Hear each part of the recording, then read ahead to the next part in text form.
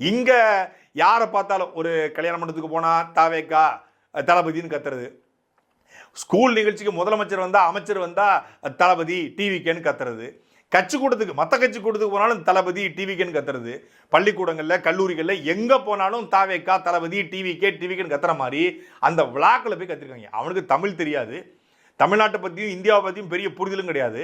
அவன்கிட்ட போய் தளபதி தளபதின்றாங்க. உடனே அவன் வந்து வாட் தளபதி அப்படின்ட்டான். உடனே வந்து சவுத் இந்தியன் ஆக்ட்ரஸ் அப்படிங்கிறாங்க, அவனுக்கு தெரியலை. உடனே என்ன சொல்கிறாங்கன்னா டிவிக்கேன்றாங்க, அது உனக்கு புரியலை. உடனே தளபதி தளபதின்னு கத்துனோடனே தளபதி கே வாட் த ஃபக்ன்ட்டான். Thalapathy south India Chief Minister of India.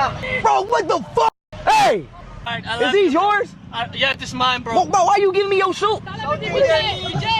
டேய் முட்டா ஓரமா போங்கடா, யாரா நீங்க பைத்தியக்காரன்ட்டா.